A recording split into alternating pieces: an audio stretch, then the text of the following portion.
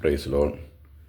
എല്ലാ പ്രിയ സഹോദരങ്ങൾക്കും യേശുക്രിസ്തുവിൻ്റെ നാമത്തിൽ ഞങ്ങളുടെ സ്നേഹവന്ദനത്തെ അറിയിക്കുന്നു. എല്ലാവരെയും ഓർത്ത് പ്രാർത്ഥിക്കുകയും ചെയ്യുന്നു. പ്രിയ സഹോദരങ്ങളെ, ഈ ദിവസങ്ങളിലെല്ലാം കർത്താവ് നമ്മളെ പ്രത്യേകമായി കരുതുകയും സംരക്ഷിക്കുകയും ചെയ്തു. ലോകത്ത് അനവധി അനർത്ഥങ്ങളും യുദ്ധങ്ങളും യുദ്ധക്കെടുതികളും പ്രകൃതിക്ഷോഭങ്ങളും മറ്റ് കലാപങ്ങളും എല്ലാം നടന്നുകൊണ്ടിരിക്കുന്ന കാലഘട്ടത്തിലാണ് സർവശക്തനായ ദൈവം നമ്മളെ സംരക്ഷിച്ച് പോറ്റി പുലർത്തിയത്. ദൈവത്തിൻ്റെ ആ സ്നേഹത്തെ ഓർത്ത് നന്ദിയോടെ സ്തോത്രം ചെയ്യുകയാണ്. പ്രിയ സഹോദരങ്ങളെ, വളരെ ദുർഘടം പിടിച്ചൊരു കാലഘട്ടം, എവിടെയും സ്നേഹമില്ലാത്തൊരു കാലഘട്ടം, ആർക്കും ആരെയും വിശ്വാസമില്ലാത്തൊരു കാലഘട്ടം, ദൈവഭയമില്ലാത്ത ഒരു തലമുറ, എല്ലാത്തെയും എന്തിനേയും തുച്ഛീകരിക്കുകയും വെല്ലുവിളിക്കുകയും നിഷേധിക്കുകയും ചെയ്യുന്ന ഒരു തലമുറ. യേശുക്രിസ്തുവിൻ്റെ ശിഷ്യരും യേശുക്രിസ്തുവിൻ്റെ മക്കളും മാത്രമാണ് ഒരല്പം സമാധാനം അനുഭവിക്കുന്നത്. അവരുടെ ഇടയിൽ തന്നെ അതും നഷ്ടപ്പെട്ടുകൊണ്ടിരിക്കുകയാണ്. യേശു പറഞ്ഞ കാര്യം, ഞാൻ ഇനി ഭൂമിയിൽ വരുമ്പോൾ വിശ്വാസം കണ്ടെത്തുമോ? അനേകരുടെ സ്നേഹം തണുത്തു പോകും. ഇതിപ്പോൾ സംഭവിച്ചു കൊണ്ടിരിക്കുകയാണ്. വിശ്വാസം നഷ്ടപ്പെട്ടു, സ്നേഹം തണുത്തുപോയി, മനസാക്ഷി മരവിച്ചുപോയി, ഒട്ടും ദൈവഭയമില്ല. ദൈവത്തെ വിളിക്കുന്നവർക്ക് പോലും. പ്രിയ സഹോദരങ്ങളെ, ബൈബിളിൽ പറയുന്ന കാലഘട്ടത്തെക്കുറിച്ചും സമയങ്ങളെക്കുറിച്ചും കാര്യങ്ങളെക്കുറിച്ചും വ്യക്തമായ ബോധ്യവും പരിജ്ഞാനവും ദൈവവചനവും വചനത്തിലുള്ള ശക്തിയും ആത്മാഭിഷേകവും ഇല്ലാത്തതിൻ്റെയും അല്ലെങ്കിൽ അതെല്ലാം വേണ്ടാന്ന് വെച്ചതിൻ്റെയും വലിയൊരു അപകടം ദൈവമക്കളുടെ ഇടയിലും നടന്നുകൊണ്ടിരിക്കുക സംഭവിച്ചു.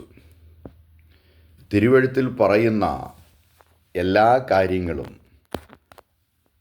ഞാൻ നിങ്ങളെ സ്നേഹിച്ചതുപോലെ നിങ്ങൾ അന്യോന്യം സ്നേഹിക്കുക, ഞാൻ ക്ഷമിച്ചതുപോലെ നിങ്ങൾ ക്ഷമിക്കുക, നിങ്ങൾക്ക് ഞാൻ നല്ലൊരു മാതൃക വെച്ചേച്ചു പോകുന്നു, അന്യോന്യം ഭാരങ്ങളെ വഹിക്കുക, അന്യോന്യം അനുസരിക്കുക, അന്യോന്യം കീഴ്പ്പെട്ടിരിക്കുക, ബഹുമാനിക്കുക, ഈ പറഞ്ഞ കാര്യങ്ങളെല്ലാം, ആത്മീക നന്മകളെല്ലാം അടങ്ങിയിരിക്കുന്നത് യേശുവിൻ്റെ ജീവനിലാണ്. മനുഷ്യനിത് അസാധ്യമായ കാര്യമാണ്.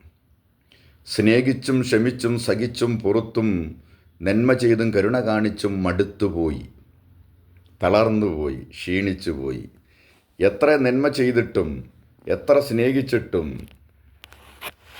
തിരിച്ചത് കിട്ടാതെ വരുമ്പോൾ അനേകരുടെയും, എല്ലാവരുടെയുമല്ല അനേകരുടെയും സ്നേഹം തണുത്തു പോകുന്നു നമുക്ക് കാണാം. അനവധി വട്ടം പരിശ്രമിച്ചു നോക്കിയിട്ടും വിജയിക്കാത്തവരെ നമുക്ക് കാണാം. കുടുംബ ബന്ധത്തിൻ്റെ മൂല്യങ്ങൾ തിരിച്ചറിയാത്ത ആളുകൾ, മാതാപിതാക്കളെ സ്നേഹിക്കാത്ത തലമുറ, മക്കളെ പത്തിവചനത്തിൽ വളർത്താത്ത തലമുറ, ഭാര്യ ഭർത്താക്കന്മാരുടെ ഇടയിൽ തമ്മിൽ വിശ്വാസം ഇല്ലാത്ത കാലഘട്ടം. ഈ ഒരു കാലഘട്ടം സംഭവിക്കുമെന്ന് ബൈബിൾ പറഞ്ഞിട്ടുള്ളതാണ്. എന്നാൽ അവസാനത്തോളം സഹിച്ചു നിൽക്കുന്നവൻ രക്ഷപ്പെടുമെന്നും തിരുവെഴുത്ത് പറയുന്നു. അവസാനത്തോളം എങ്ങനെ സഹിച്ചു നിൽക്കും? സഹിച്ചു മടുത്ത ആളുകൾ. ഞങ്ങളെ കേൾക്കുന്ന പ്രിയ സഹോദരങ്ങളെ, ഈ വക കാര്യാദികളെല്ലാം യേശുവിൻ്റെ ജീവനിലെ ഈ മൂലകങ്ങൾ ഉള്ളൂ.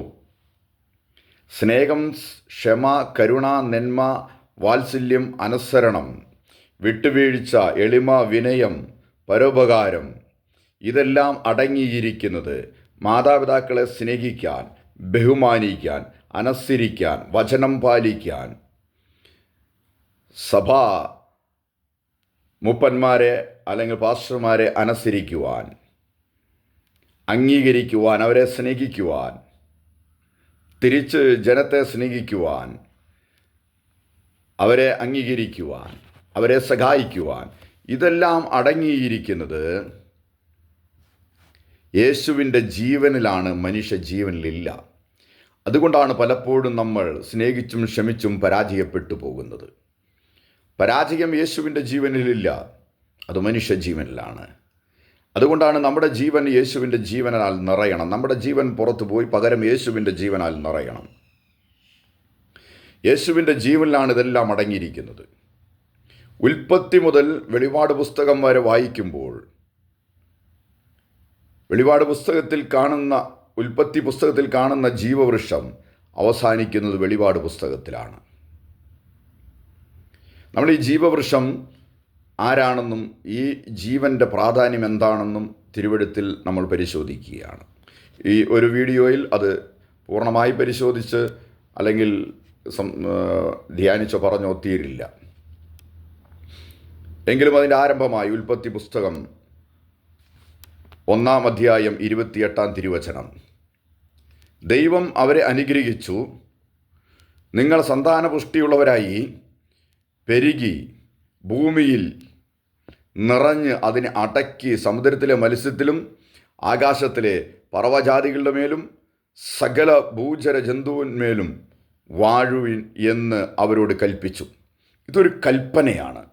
സകലത്തിൻ്റെ മേലും വാഴുവാൻ ദൈവം മനുഷ്യവർഗത്തിന് തന്ന ഒരു കൽപ്പന. സകലത്തിലും വാഴുവാനാണ് ദൈവം മനുഷ്യനെ ആക്കിയത്. എന്നാൽ വാഴണമെങ്കിൽ മനുഷ്യൻ്റെ ജീവൻ പോരാ.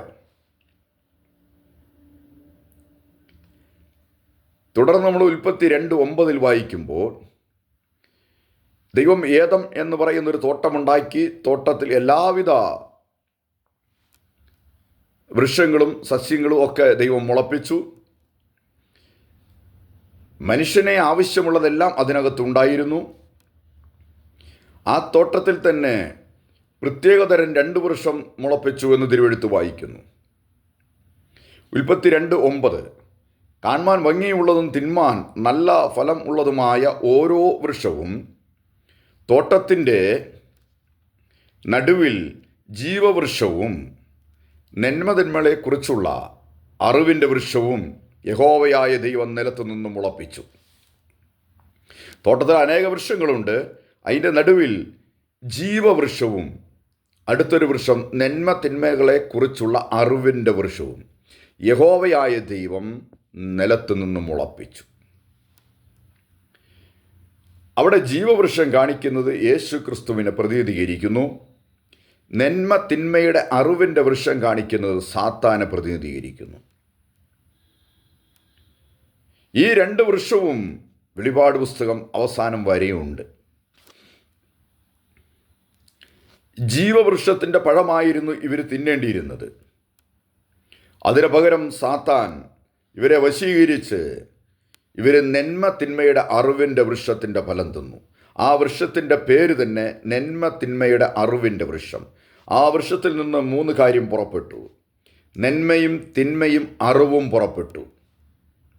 അത് തിന്നുന്ന നാളിൽ നിങ്ങൾ മരിക്കുമെന്ന് യഹോവയായ ദൈവം പറഞ്ഞു. എന്നിട്ട് അവർ മരിച്ചില്ലല്ലോ എന്നൊത്തിരി ചോദ്യങ്ങളൊക്കെ വരുന്നുണ്ട്. അവർ മരിച്ചു. അവരുടെ ആത്മീക മരണത്തിൻ്റെ കാര്യമാണ് യഹോവയായ ദൈവം പറഞ്ഞത്. അതുകൊണ്ടാണ് യഹോവയായ ദൈവം ഇപ്പോൾ മനുഷ്യൻ നമ്മിൽ ഒരുവനെ പോലെ ആയിത്തീർന്നിരിക്കുന്നു, ഇനി അവൻ ജീവവൃക്ഷത്തിലേക്കും കൂടെ കൈനീട്ടി അതിൻ്റെ പഴം കൂടെ പറിച്ചു തിന്ന് എന്നേക്കും ജീവിക്കുവാൻ സംഗതി വരരുത് എന്ന് പറഞ്ഞ് അവരെ ഏദൻ തോട്ടത്തിൽ നിന്ന് പുറത്താക്കുകയാണ്. അവ ജീവൻ്റെ വൃക്ഷത്തിൻ്റെ പഴം പറിച്ചു തിന്നാൽ അവരെന്നേക്കും ജീവിക്കും. സാത്താൻ്റെ ജീവൻ അകത്ത് കയറിയ ആളുകൾ എന്നേക്കും ജീവിക്കാൻ പാടില്ല.